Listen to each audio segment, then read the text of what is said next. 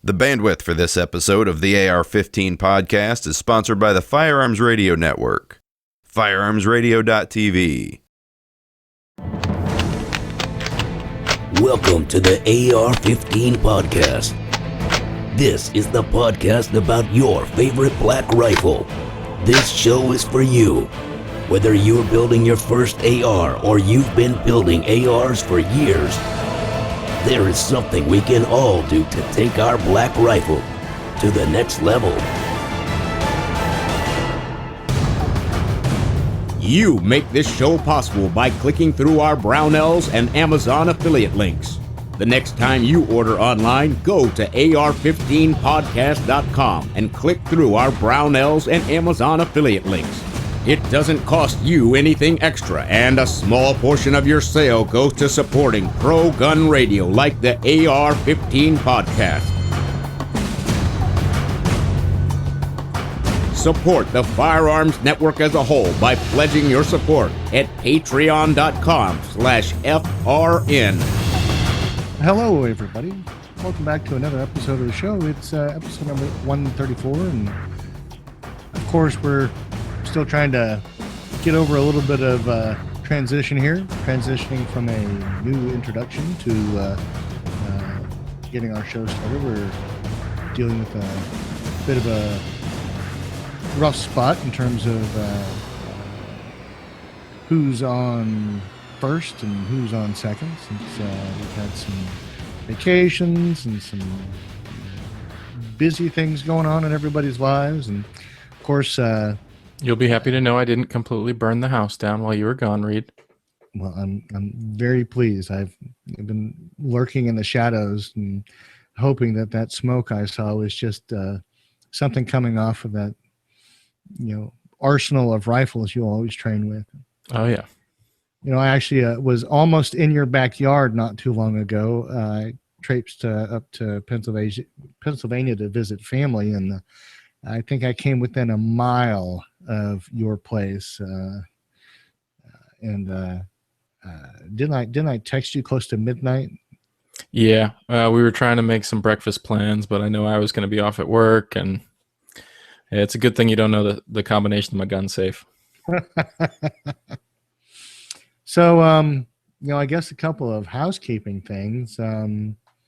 So Patriot Patch is up and running, and they're trying to get themselves flush with pre-orders for the Huckleberry Patch. And I know that they're just going great gangbusters trying to get patches lined up for a pretty steady release. So we're real excited about that. Yeah, no, I was at a 3-gun event. It's more of an action shoot every month, and I was rocking my Firearms Radio Network polo shirt at the range. Everybody thought that was cool. So I know you can get some FRN stickers, stickers for some of the different shows, things like that. I know they've got a really cool patch for Gun Guy Radio that I've got in the back of my car, and so they've got a couple things coming down the pipe that I think are still in manufacturing. But there is some stuff that's already in stock and ready for ordering. I know that Jake's been working on some wacky Kydex projects too. I don't know about that tactical spoon, but I might have to get a mag carrier for my AI mags for the bolt gun. Well, I don't think there's anything wrong with having a tactical spoon that's within easy reach, like a neck knife or I have a little knife for cutting doves open, and it's got a little neck sheath. But having a spoon handy out in the wilderness is not necessarily a bad idea. So yeah, that's at patriotpatch.co. The other announcement that Jake passed along to us was about the bullpup shoot. The FRN is going to be attending. There's going to be some personalities there. I know that Jake talked about it being a great time last year, and it's being held in Mount Carroll, Illinois, September 19th. And if you want some more info, just go to bullpupshoot.com. I was really interested to find out what you can have guns in Illinois and like cool guns too. And they have a whole section about that on the website about, okay, if you want to bring your own guns, that's fine, but make sure you follow a couple little tips because the Illinois law enforcement gets a little bit fired up about a few things. Well, I have to tell you that Illinois was on my path, my trajectory as I was making my way across the country, and I kind of boned up a little bit and had to do a little bit of uh, arranging as I drove through the state, which I promptly undid as soon as I hit Terre Haute, Indiana. Mm-hmm. But yeah, it's an interesting place. But yeah, I think that's going to be real exciting. I know I'd like to be able to get up and attend one of those kinds of shoots. What's the other big shoot? The big machine gun shoot? Where's that? Are you talking about Knob Creek? Oh yeah, Knob Creek. Yep, I've got some buddies that do that. They did a Huey ride last year, so I might have to tag along next year. Well, absolutely. Well, so I wanted to kind of also chime in with a PSA about PSA. So a public service announcement about Palmetto State Armory. So I had a really good experience and I wanted to pass it on because I think a lot of people are skeptical when they see Palmetto's pricing. And of course, Palmetto State Armory is probably one of the biggest commercial purchasers of FN barrels. So when you buy one of their uppers, you're going to get an FN barrel. And, all things being equal, I think a lot of people really like the hammer forged barrels that you can get with an FN rifle. But what my experience was is I purchased a 308 upper for an AR-10 and had some issues sighting it in, which are the classic indicators of a front sight post that were not properly aligned, on the top dead center of the rifle. And so brought it up to their attention. And, I think like all customer service people, they have enough, phone calls from people that, they're a little skeptical that what you're talking about. But once I proved it to them, they basically sent me a return shipping label and I sent it back and I got a nice letter from the guys there. Let me show you what they sent back. They sent back a target and said, we actually test fired your rifle after we fixed it to show you that we did actually do something to it. So I thought that was remarkable. But even more than that, I got a letter from the gunsmith that fixed the problem. They basically said, hey, look, you sent it in. You said there was a problem, and there was a problem. And we're here to tell you that there was a problem, and we fixed it for you. So, they didn't play games. They didn't, beat around the bush. They took care of business. And then they sent it back. And I got to tell you that it was just as pleasant an experience as I think I have ever had. I wanted to pass that on to you. So I know we've probably fielded maybe a half dozen emails in the last year about people saying, are they any good? And while I've always had good experiences, this being my first exposure to their customer service department, I'm still putting them at the top of my list of quality companies to deal with. So That's good to hear. I'm real pleased, and I hope you guys take that and give them a chance to earn your business, and I hope you'll be pleased. So what's our topic tonight, JW? Well, one of the cool things about the AR platform is that you can make a number of choices on caliber. There's all sorts of options available to you, whether you want to put a 22 upper on it and do some plinking on the cheap, or maybe scale things up a little bit. So we are going to talk about big bore AR-15s, and today we're going to feature the 450 Bushmaster.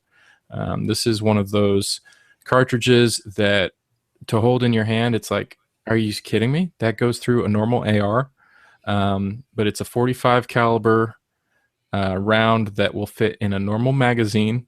You drop a different follower in, and you can single stack basically in a 20 round magazine.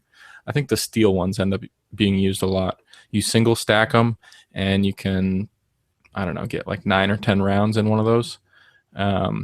But it is just a beast of a round. Guys are kind of looking at it for taking bigger game than what you see in 223. And so we're going to talk about it. So, what do you know about its inception? Nothing. So we've reached back into the Wayback Machine and got the professor to look at it. What's his name? The little dog, Peabody, Professor Peabody. So a man named Tim what? Was it Lagrange? Legendre. Oh, there you go. So we're hoping that he's not a Canuck, but is really an American that just has a very French name. No, I'm just teasing. We like Canadians. But he has a company, Lamag Firearms, and he created the cartridge as a concept. And I think between him and Bushmaster, who he sold the license to, and Hornady, they arrived at what is currently the 450 Bushmaster. I believe it started as the 45 Professional, and it was shortened a little bit so that it could be basically chambered into an AR-15 instead of an AR-10. So all things being equal, it appears that the idea of putting the 45 into the AR was to basically give the AR user, in terms of hunting, a cartridge that really had a big caliber, heavy bullet knockdown strength that you're not going to get in a 22 or 25 caliber cartridge. So my understanding is also that Legendre may very well have been one of those gunsmiths that just likes to make things happen that nobody else thinks can happen. Mm-hmm. I think among his other accomplishments were putting a 300 Win Mag in a M1 Garand, and for the life of me, I cannot imagine how you would do that without blowing up your gas system. But if he's done that, then more power to him. So that being the case, I think really what we did is evolve from this idea of big power takedown into what he sold to Bushmaster. And I think that they've fielded a rifle and sold it with commercial success to the point that it's still available in a production rifle. And yeah, looking back, it was something like the 2010 SHOT Show. There were quite a few of these coming out. Remington took the Bushmaster platform and dipped it in Realtree and released it without a muzzle brake and things like that. Tried to push it towards hunters, and you were seeing stuff like that at the 2010 SHOT Show. As far as the cartridge itself, basically it's like a big straight wall cartridge. It's not like there's anything necked at all, so it looks like it'd be pretty easy to reload. And it's taken like a 200 and some odd grain bullet most commonly, so you're really looking at an equivalent to one of the big heavy 45 bullets, either from 45 ACP or 45 Colt, and so somewhere in that 250 grain range. But what's different is that it's slinging them at like 2,500 feet per second, up to like 2,700 on the lighter ones. So it's really making these 45 caliber bullets fly. It's not like a long range precision sort of caliber. It doesn't have a sky high BC, but to group things at 100, 150, 200, you're going to hit a deer. You're going to hit a bison for sure. And it's my buddy who's got one. I shot it at the range a couple months back. He said, yeah, it prints pretty good groups at about 100 yards. But it's really, the wind's going to throw it all over the place if you try and go 400 or 500 yards. I think that's probably, a suitable operating envelope when you're talking about hunting. I think that if you're really going to sit down and take something at that distance, you need to be talking about a bigger caliber rifle, in terms of, 308, 300 Win Mag. I like 7mm mag. You start going up from there. See, I don't think I'd go with. Yeah, you're talking like the belted cartridges and Yeah. And so I think that in terms of that operating envelope, you're looking at a more than suitable cartridge for the kind of game that they're putting in that category. Mhm. And my exposure to whitetail down here, they're not as big as the whitetail I've seen in other parts of the country. And that just might be that I'm just seeing anemic whitetail, but I think it could also be that there's just a difference in, food availability, the herd, whatever. But hogs are a big problem here. yeah. And, I think they have some hogs as big as bison. So to me, the appeal of this cartridge is immediately taking me to knock on a hog clean on its butt. And, I can't tell you how many times we sit around the, deer camp and we're talking about, well, so-and-so shot a pig and, lit him up and, he walked off with, 10 rounds in him and it didn't even phase him, or the guy talked about shooting a hog clean through in his head. And it really, I think, took out an eye socket, but didn't even phase the pig. That really kind of says something about the sturdiness of a feral hog. But so, I mean, to me, I think that's an interesting cartridge for that purpose. Yeah, you're talking the same size platform as an AR-15, the same lower that you'd use on your 5.56 gun, but it's going to be a scaled up bolt. It's going to be obviously a bigger barrel, and you're going from something like 11, 12, 1,300 foot-pounds to almost 3,000 foot-pounds. So you're dumping a lot of energy into the target. And I mean, there's some deer I'm sure you can take with 5.56, but I know people try and shy away from stuff like that. They kind of look at 300 blackout, things like that are going to pack a little bit bigger punch.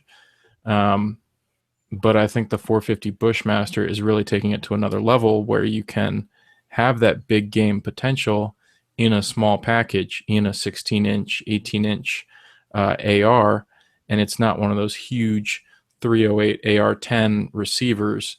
It's an upper that you can just throw on your regular AR. Right. Well, and really when we talk about transitioning into a rifle, I think traditionally you're talking about transitioning out of a platform, the AR platform, that has a collapsible stock into one that's got basically a wood stock or I don't know, whatever the, modern synthetics are, but they're not collapsible. And then you're talking about a barrel that, I think my 243 has a 22-inch barrel. My 7mm has a 26-inch barrel. Compare that to a 16 or 18-inch barrel. And I think you're really talking about something that's far more convenient in terms of wielding it in heavy woods. You're also talking about a caliber at those distances that is probably far less susceptible to a little bit of interference from brush, limbs, and the things that might get in the way, and more dense coverage, where I think if you were in that environment and having to take a 400-yard shot, I think you're really risking that kind of interference from basically redirecting a shot and getting you a miss. So I really think that once again it goes back to that idea that the platform and the caliber lend itself in terms of that operating envelope more readily than I think any rifle would. And anytime you'd need a rifle for the extended ranges, you're not going to be in a place where you'd want to use this caliber anyway. So It just seems to me to be kind of ideal for the thought exercise of where you would use it. I heard about some really interesting applications too, as far as the Coast Guard looking at a small arms carbine that could take out a boat engine from a helicopter, and potentially looking at the 450 Bushmaster, similar cartridges like that, in more of an anti-material capability, where you could disable something from pretty up close. It's not like you're sending a Win Mag off the deck, but something up close, you can have a bunch of mags on you. Kind of an interesting application. Did they ever get anywhere with that, or was it just? I don't know. I was watching a couple of videos, and some guys were mentioning that on the YouTubes. So, one of the things that I think I really kind of took from my look at it is that there's this kind of, I don't know, it's a malaise. We talk about the AR platform all the time. We filled up 134 shows now. And, honestly, I don't know if we're going to ever run out of topics to talk about, but at what point do you get bored with it's another caliber, it's another variant on the AR? And I think that's kind of what I see in people's response to the 450 when they say, why bother? And as one guy said on some outlet, what does it matter? Who needs an excuse to buy another toy? So I mean, yeah, I think there's always room for that. But in terms of the why bother category, I think that there really are, nice uses for those kinds of cartridges. And if there weren't, I don't think you'd see a 4570 or a 450 Marlin, or probably another half a dozen cartridges in that range in existence in other platforms. I mean, you look at the 450 Marlin, what are they putting that in? An 18-inch lever action? You think about it in those terms. I mean, obviously there is an outlet in terms of people's desire for what those rifles can do, or they wouldn't have them. And so to me, this is just the AR aficionados' ability to step into the same arena that you would see a 4570, the 450 Marlin in, but with a whole lot more rounds. So I don't know that the why bother camp really kind of dampens my interest in the caliber itself. Now, I will tell you, I think cost is kind of a big dampener. This is true. I think I saw a $750 upper receiver on Brownells. And, that's a pretty stout price for an upper. And you add that to what you've already got into a lower, and you're already at a rifle that's at or over $1,000. Now, take into account that I think I just calculated the per brass charge from Hornady for new brass unfired is 93 cents a round, 93 cents a cartridge. Yeah, it's about $1.50 for loaded ammo. So, I mean, that is not inexpensive. And just anecdotally talking with you before the show, tell me about when you fired it. What was your experience touching off that round? So how you see guys running drills with ARs and you'll kind of bounce them between different targets, and it's just like pop, pop, pop, pop, pop, pop, pop, pop, pop. Yeah, you're not doing that with the Bushmaster round. You're lighting one off, kind of getting your bearings, then deciding, okay, well, is the target down, or did I completely miss it? Because it's going to be one of those two options. It's not going to be running too far. And then you're sending another round. It's stout. I mean, I think it had some sort of flash hider. It wasn't like a big fancy break or anything, but it was loud. It was spitting flames, and everybody took notice at the range for sure. But it's not something that you're dumping mags. Although I guess you could. I mean, why not? If you've got an M16 lower and you've got a case of 450 Bushmaster, then power to you. But So, it's yeah. a stout round. So, I mean, I think to the point that I was trying to make is that I don't think that you enter into ownership of a 450 Bushmaster because you're looking for a weekend plinker that you can, reload a bucket of, dump ammo for and go to the range. Right. You buy it because whatever the caliber can do, it suits your needs. It's ideal in terms of it being in an AR platform versus whatever other available platforms for a big caliber round. And that's where you've chosen to go, or that's what your familiarity with the, manual of arms leads you to, or whatever. So I do think that it's going to attract a very calculated owner. It's going to attract someone who is in it specifically for the reason that it can do what they need it to do. So, yeah, it's not going to be a plinker. But I will tell you, JW, did you notice the kind of fervor that the fans of the 450 Bushmaster have? Oh yeah. I mean, I think it may be a religion. I'm not sure if They got a couple dedicated forums, and they stay busy. And I think to that point, there is enough uniqueness in it, in what they've done with the caliber, putting it in the AR-15, that there is this whole subset of knowledge that you're going to have to acquire if you're going to get into the 450 Bushmaster. You cannot be the expert in the 300 or the 5.56 and expect that your experience is going to translate directly.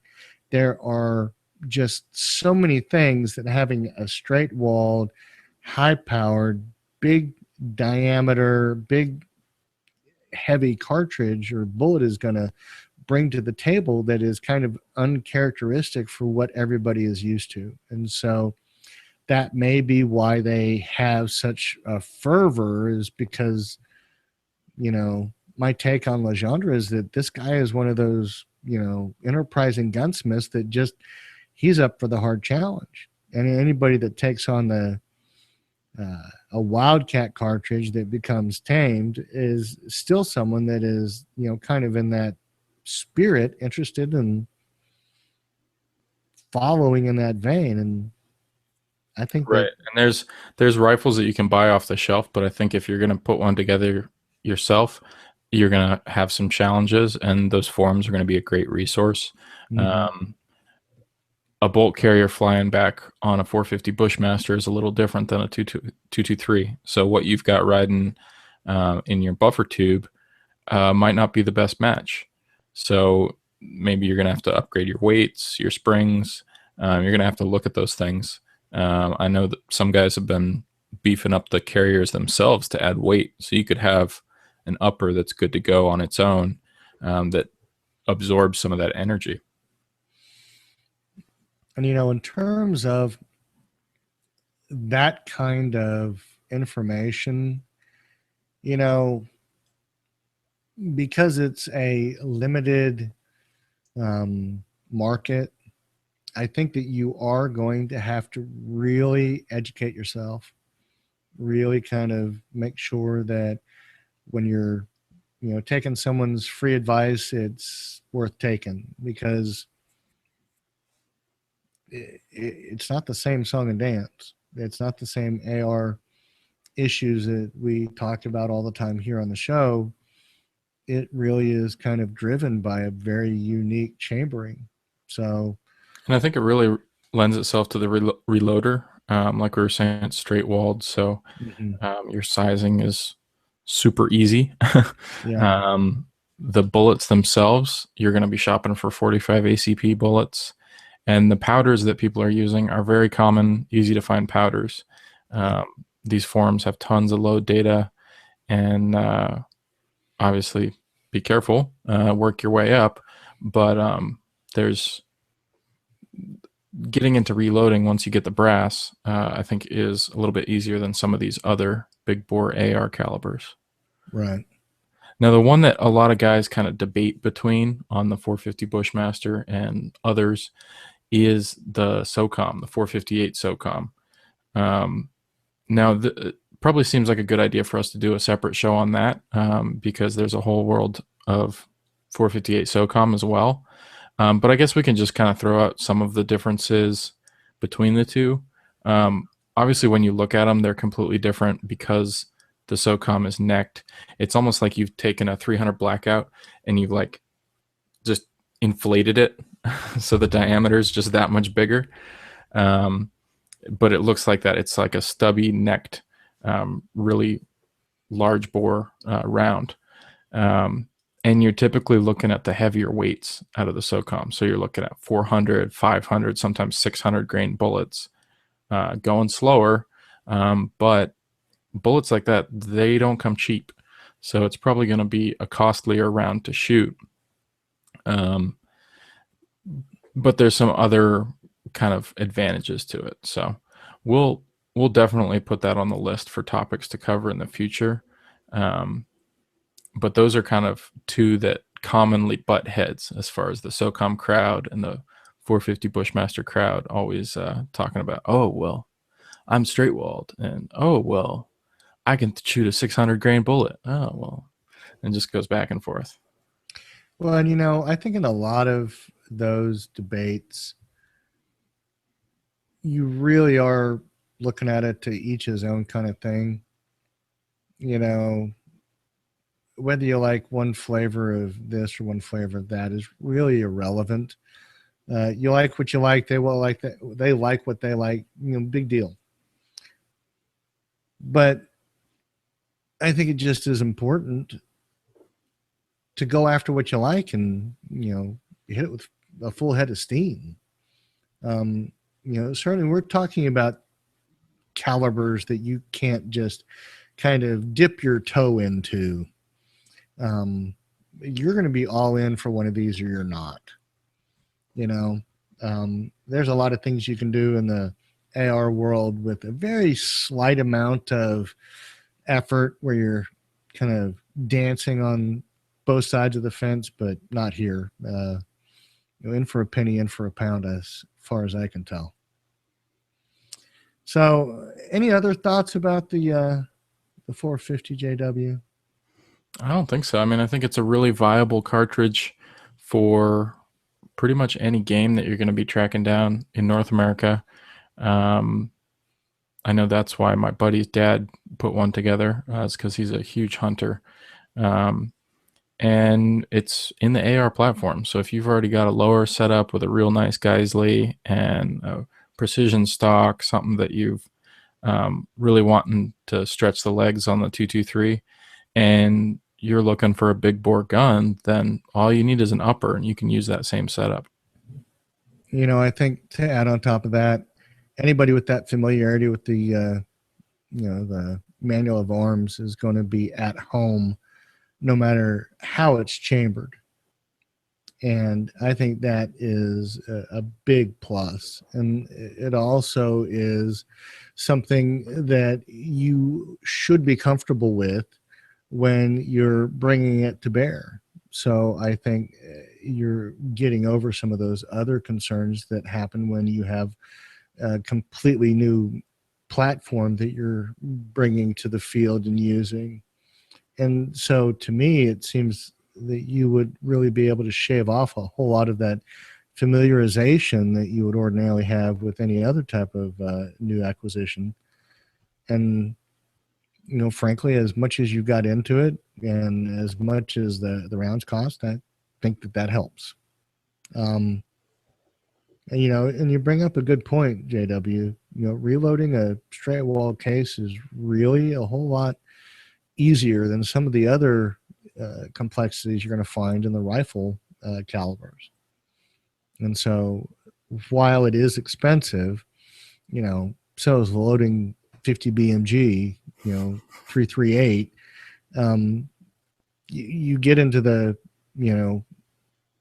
rarefied air there, and they're all expensive. Yep. So, that's just the cost of admission, but it does take out some of the complexity. And that's always a nice thing. I tell you what, I got into 357 SIG and about pulled my hair out trying to learn how to reload that, because, that's just not an easy pistol round to learn how to reload. And it sounded like you reloaded quite a bit of it. I did. And that was after my learning curve, or else I would have, been appearing on the show much balder and not quite as happy as I am today. Mm-hmm. But, yeah. So I think really when it comes down to it, I think the 450 Bushmaster is a caliber worth looking at if you are searching for something that's going to fit that kind of hunting role, a multi-game caliber, and you're not really looking for those 1 mile kills. I think it really does fit nicely in that space that it's carved out for itself. Good stuff. So we have been doing this Otis drawing for, I guess, a while now. And so how's that mountain of rifle maintenance tools looking? Is it getting smaller, or is it just...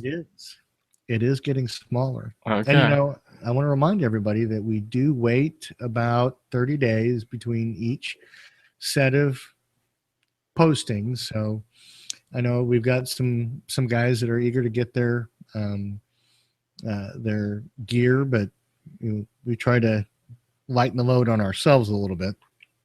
So we don't go out every week and send these off, but we're getting ready to send last rounds batch out. So they'll be going out this week, and hopefully you'll be getting those soon. But we've really only got a couple of months before our big giveaway, don't we? So it's August, September, October, November. It'll be 4.5 months, and we'll be giving the big Otis cleaning kit out to one of our lucky winners. And I guess that means that Christmas is coming real fast, isn't it?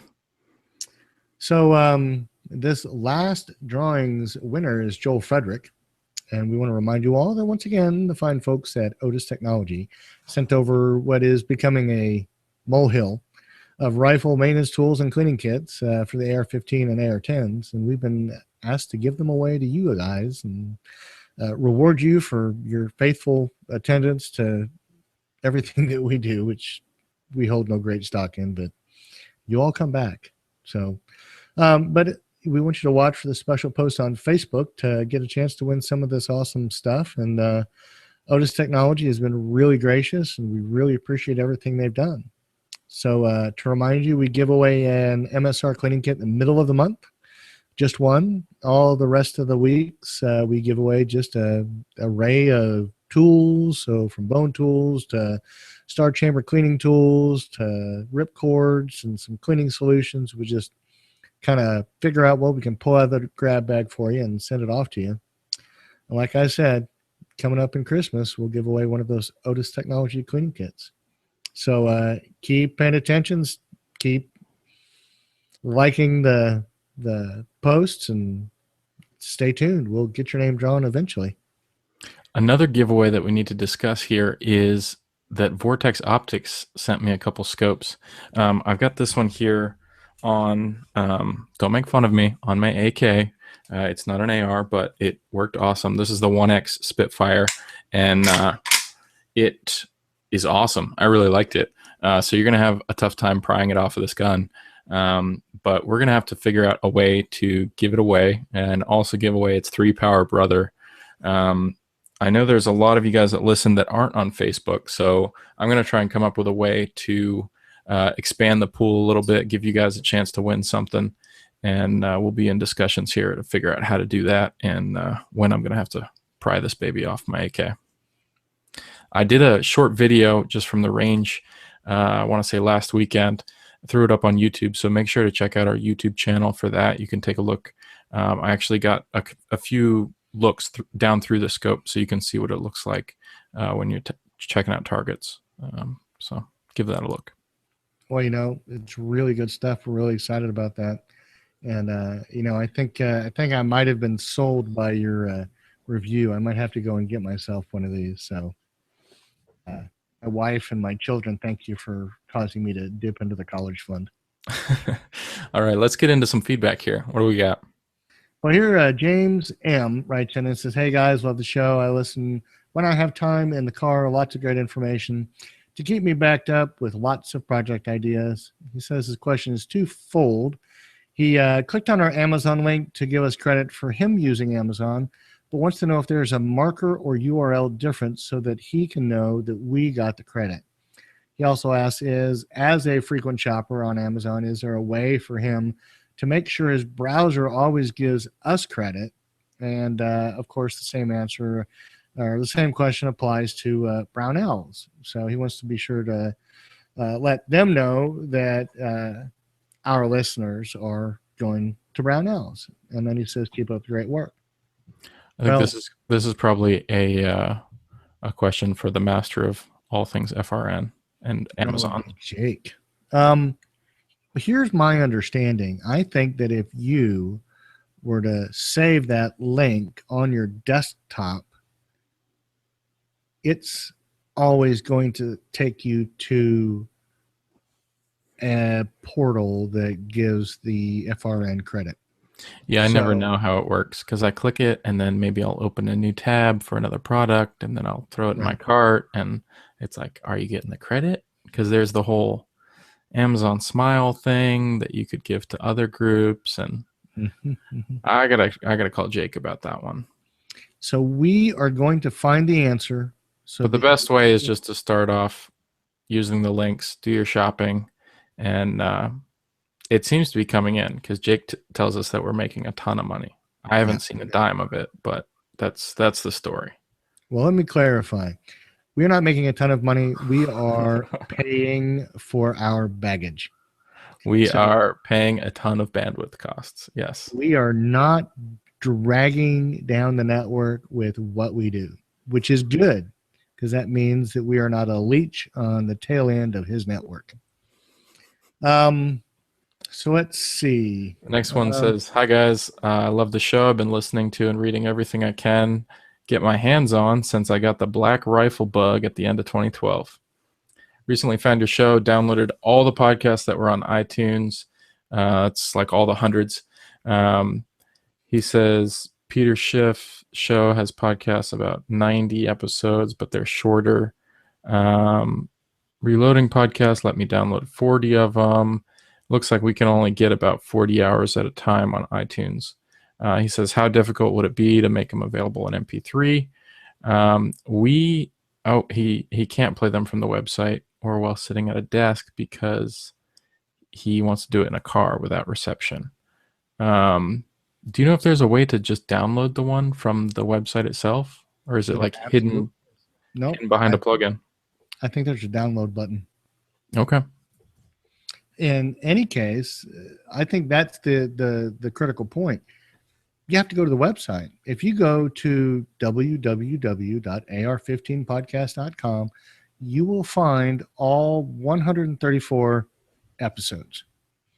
And, the internet being what it is, links being what they are, Jake does a bang-up job making sure that all the MP3s are connected, all the links, and so that you can go back and make that back catalog. We are in the process of assembling all of that back content and making it available to us locally so we can put it on a thumb drive and by default necessarily, make it available to you. So Yeah, when I go to the shows on the page right below the streaming is a button to download. And so you should be able to kind of click through those and download them one by one. But we will definitely put that on our list of things, is to make an easier way to download the whole catalog. So let's see. Next up here, Joel Frederick got back to us. I think this was after we told him that he won the giveaway. He says he's actually been a Vortex fan too for a while. He's got a couple of their scopes and a pair of their binoculars. So he listened in on that interview that we had. Austin says, which trigger do you prefer for AR-15 and which for AR-10? I'm a Geisley man myself, but hear good things about Timney and some others, except on reliability with primers. Geisley is the only one I have yet to hear about having a light primer strike or not being able to set off all mil-spec primers with consistency. I love the show, and thanks for the help, Austin. Now, I've had the exact same experience as you've been reading about. I have a couple Geisleys, and I've had nothing but a pleasurable time shooting them, whereas the Timney, I think I had 2 Timneys, one of them in a 308. It worked okay. I didn't have any issues after I upgraded the springs. So it wasn't giving me really good, reliable functioning off the primers, just like you're telling me. And they sent me a spring pack. That seemed to help things. Now I had another one in an AR, and they sent me the upgraded springs after I was having problems.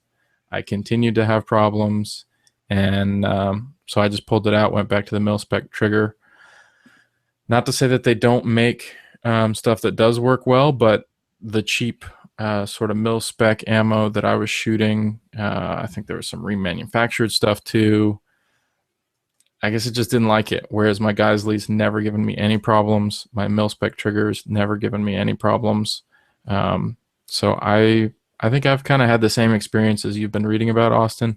And I know that the Geisley guys definitely know what they're doing there. I still haven't gotten the chance to run one of the ALG triggers in an AR. I just put the AKT in my Wazer, and it was super awesome. But I still need to track down an ALG for one of my builds here, just to give that a try. Definitely at a lower price point than some of the SSAs or the SD3 gun or some of those triggers. I think I have the ALG triggers in quite a few platforms. Mm-hmm. And I don't think that there is a mil-spec trigger out there that really, pound for pound, dollar for dollar, makes sense to buy other than ALG. And, I'll put a caveat on that. I know that Spikes sells an upgraded or enhanced trigger and hammer set, which is basically treated in much the same way that the ACT Advanced Combat Trigger of ALGs, which is coated with I think one is nickel and the other one is Teflon. On the ALG, I think the Spikes is all nickel boron. But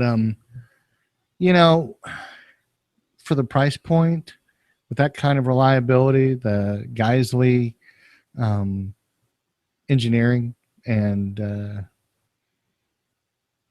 I guess quality control, I don't think you can beat it. I really don't. So that's kind of where my dollars go these days. Now, what do we got here from Mark? I'll let you read that one. So Mark, he's a frequent listener and has contributed on a number of occasions. He says he was listening to episode 130. And he mentioned that I mentioned that I have a safe with no carpeting in it. So he said his safe is just a security cabinet from Stack-On, had no carpet either, and he found a YouTube video of a guy who carpeted his security cabinet himself. So we decided to give it a try. He says it has great results, and the approach is very cost effective. And so he gave us a link to the YouTube video. Yeah, he uses just some regular old carpet, indoor-outdoor carpet, some Loctite spray adhesive, and he says it worked great. And of course, he suggested even Jake could change out his lime green shag carpet if he wanted to with this project. But I don't know if Jake's wife would let him, take out the retro flair of their home. But that's for them to debate. We'll send it on up to Jake and see if he has any, interest in making that change. But this is definitely a good thing. I know that it kind of is just a giant gong inside my safe, so having a little carpet would be a little nice. And those safe queens aren't quite so dainty after they've rested inside of my bell for a while. Yeah. My buddy Josh that we had on the show, he mentioned something to me the other day. He said that there's a safe designer out there now that does a slide out rack.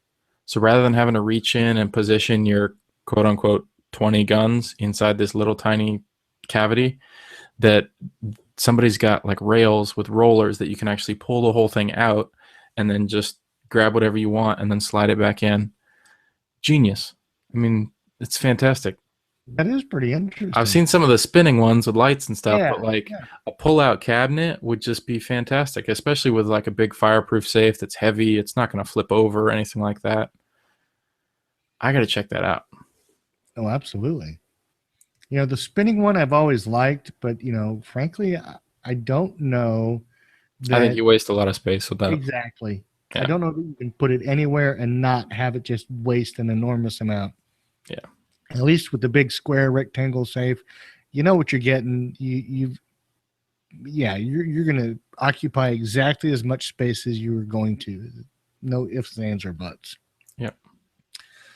Well, so I think that brings us to a close. And, I want to reassure our listeners that, of course, it's the summer. We've had some transitions and, we all deserve a break. We hope you understand. But we are back in the saddle. We're gearing up to kind of get some nice interviews lined up. We've got some exciting things coming up. Of course, we want to remind you that we would like to extend an offer to any of you that are willing to come on the show and participate and contribute and become part of a team. JW, you're probably the newest in terms of the network overall. And I mean, haven't you felt kind of a brotherhood here? And I know that you've been on a number of the other shows, and would you say you felt pretty welcome in the rest of the network? Or Oh, for sure. I mean, it's just like you're saying. It's very welcoming. It's a group of guys and ladies that have a great time together. We have funny emails that are bouncing around back and forth, and it's a great way to connect to the industry on the media side of things, and then at certain events that you get invited to that you might have media access to. It definitely gives you a platform of access to the industry that you probably wouldn't have as just your average shooter. So it's been a good time, and it's a great way to kind of keep myself up to date on things going on and be able to share what I've been wasting my time reading about and blabber on about into the microphone here. I think really when it comes down to it, it's an interesting exposure to things, and I think that most people would find it fascinating. So, if you have that interest, come on over and just experience it. Yeah, get in touch. On to our typical outro. You can get in touch by emailing us, feedback@ar15podcast.com. If you want to get adventurous and record us a voicemail piece of feedback, you can use the SpeakPipe plugin that is on our website.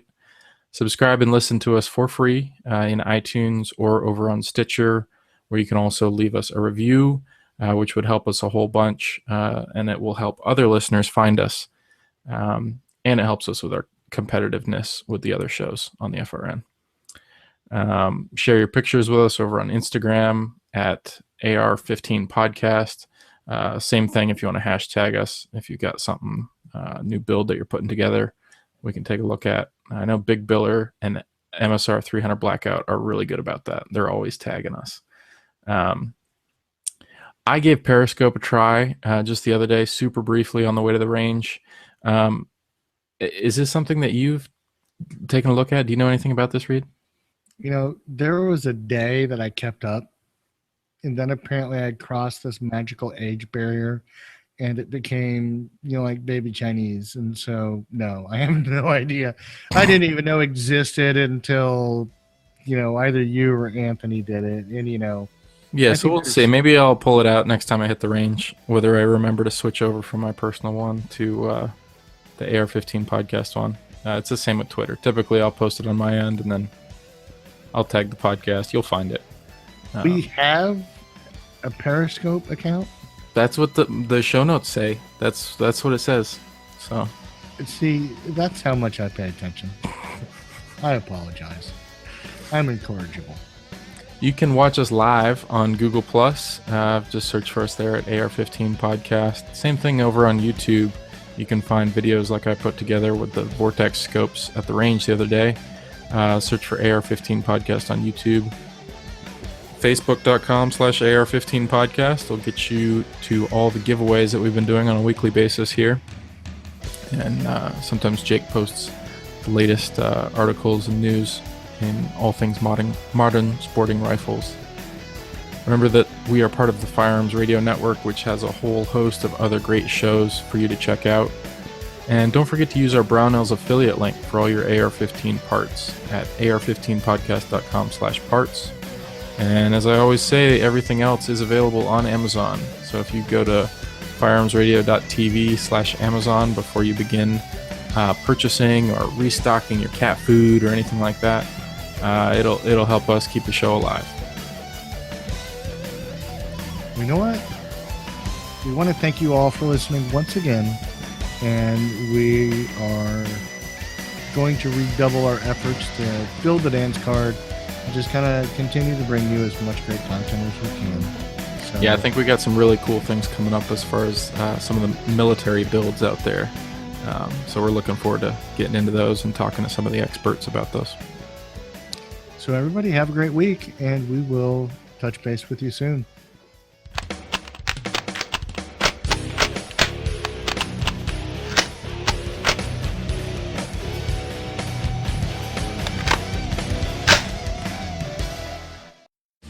This has been a production of the Firearms Radio Network. You can find more information at firearmsradio.tv.